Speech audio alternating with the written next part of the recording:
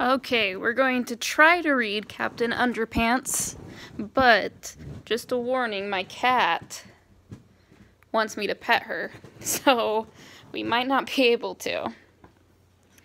And remember, we are on chapter 11, and Fred and George had just created the toilets. Uh-oh. Oh, and there's my cat. Hey, buddy. Okay, and it's called The Invention, Convention, Detention, Suspension. George and Harold screamed and ran out of the gym door, closing it tightly behind them.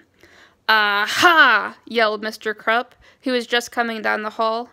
"You boys left the detention room. You know what that means, don't you?" "It wasn't our fault," cried Harold. "Too bad," Mr. Krupp shouted with delight. "You boys are officially suspended." "Wait!" cried George. "You've got to listen. Behind this door is an army of evil, vicious talk." "I don't have to listen to you boys ever again," laughed Mr. Krupp. "Now get your stuff and get out of this school." But, Harold stammered. "You don't understand." "Get out!" Mr. Krupp screamed. George and Harold groaned and walked to their lockers to collect their stuff. "Gosh," said Harold, "in one day we've gotten a detention, a suspension, and we've created an army of evil talking toilets who want to take over the world." "That's a pretty bad day, even by our standards," said George. "Oh well," said Harold, "I just hope things don't get any worse." Chapter 12. Things Get Worse. Word spread quickly throughout the office that George and Harold had been suspended. The teachers rushed out to cheer and laugh at the two boys. "Oh my goodness." "You're in big trouble now," chuckled Miss Anthrope. "I can't wait to call your parents and tell them the news." "Let's take their desks outside and chop them up," cried Miss Ribble. "Let's throw a party in the gym," shouted Mr. Meaner. "No," cried George. "Whatever you do, don't open the door to the gym." "We can do whatever we like," snarled Mr. Meaner, as he dashed over to the gymnasium door. "Look, I'm opening the door." He quickly opened the gym door. "Now I'm closing the door," he said. "Now I'm opening the door again, and now I'm—" "Ah!" Mumble, mumble, mumble, glush.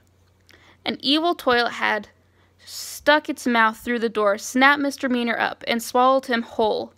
Flush. The talking toilet then pushed their way through the open gymnasium doors and spilled out into the hallway. "Yum, yum, eat 'em up," the toilets bellowed.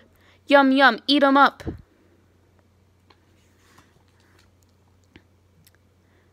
Uh-oh, what's going to happen when they snap their fingers? The teachers couldn't believe their eyes. They screamed and ran for their lives. Only Mr. Krupp, Miss Ribble, and George and Harold remained, frozen in fear. They watched, paralyzed, as the talking toilets came nearer and nearer. Finally, Miss Ribble pointed at the toilets and snapped her fingers. Snap. "Go away," she cried. "Go away, this minute." But the toilets didn't listen. They moved closer and closer. Finally, Miss Ribble turned and ran. Mr. Krupp, however, just stood there in a daze. George and Harold looked up at him. "Uh-oh," said Harold. "Did she just snap her fingers?" "Yep," said George. "Now we're really in trouble." And George was right, for at that moment Mr. Krupp had begun to change. A silly, heroic smile came over his face, as he stood defiantly before his foes. "I'll put a stop to you vile villains," he said fearlessly. "But first, I need some supplies." Uh-oh. Mr. Krupp turned and dashed to his office. George and Harold ran after him. "Why did Miss Ribble have to snap her fingers?" cried Harold. "Why?" "Never mind that," cried George. "Mr. Krupp is turning into Captain Underpants. We've got to pour water over his head before it's too late." Chapter 13. It's Too Late. When George and Harold reached Mr. Krupp's office, they found only his clothes, shoes, and toupee on the floor, which is his hair.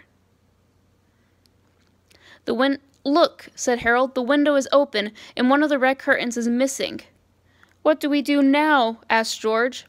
Do we save Captain Underpants, or do we stay here and get eaten by a bunch of toilets? Let me think about that one, said Harold. Oh my goodness, cat, move. As he climbed out the window. George quickly collected Mr. Crubb's things and shoved them into his backpack. Then he jumped out the window after Harold. The two boys slid down the flagpole and ran off after Captain Underpants. Where does he think he's going? Asked George. I have no idea, said Harold, but we better run fast because I think we're being followed. Captain Underpants dashed through the backyard of some nearby houses and collected pairs of underwear from the clothesline. Mommy, said a little boy looking out the window. A man in a red cape just stole our underwear. And now two boys are being chased by a ferocious-looking toilet with sharp, pointy teeth, screaming, yum, yum, yum, eat 'em up. Yeah, right, laughed his mother. Just how gullible do you think I am? Uh-oh. Okay, let's read one more chapter. Chapter 14. The Talking Toilet Takeover.